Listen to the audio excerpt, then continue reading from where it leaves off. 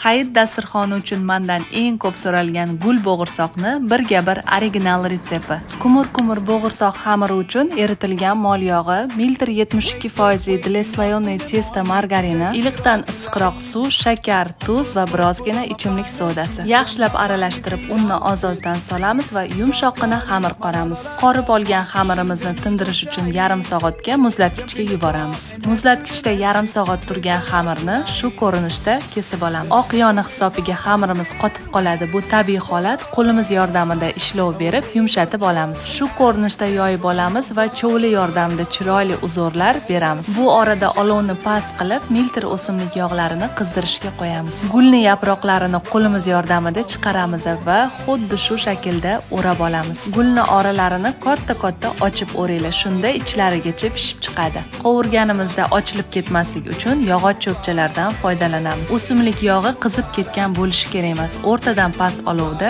gul bo'g'irsoqlarni qovurib olamiz. Shunga o'xshash daromadga chiqadigan pulli retseptlarni yanada ko'proq o'rganmoqchi bo'lsangiz, kommentariyaga plus belgisini qoldiring.